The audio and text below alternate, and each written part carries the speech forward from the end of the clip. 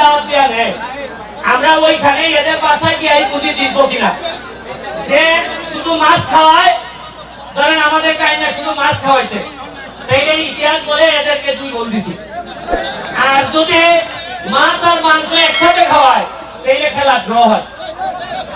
আমি ওনাদের বাসায় আসার পর মাছ মাংস 2টা যখন একসাথে দিছে, তখনই আমি বুঝছি যে এদের সাথে আর জিতা যাবে না।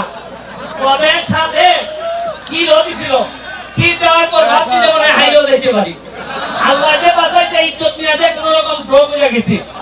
তবে ভাই মনে রাখবেন, যে সব টিমের বিরুদ্ধে আমরা খেলছি, যে সব টিমের প্লেয়ারদের মধ্যে দেশপ্রেম থাকে, এলাকার প্রেম থাকে, এদেরকে কখনো হারানো যায় না।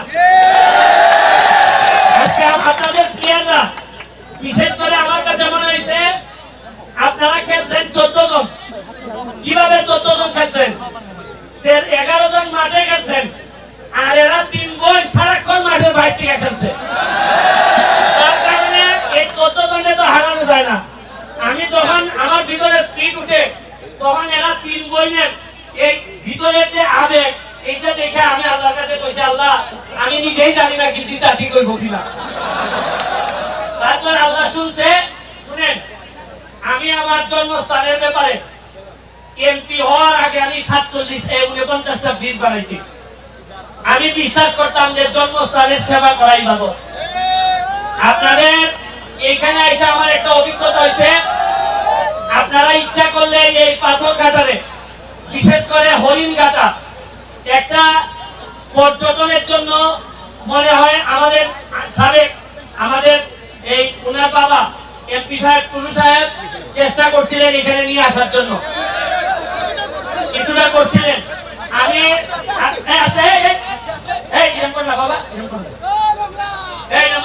আবেগ নিয়ে কারণ তোমরা এই ডাক্তাররা কি করো যে কে বাংলাদেশের মাঠ থেকে মানুষ তুলে দিতেছে।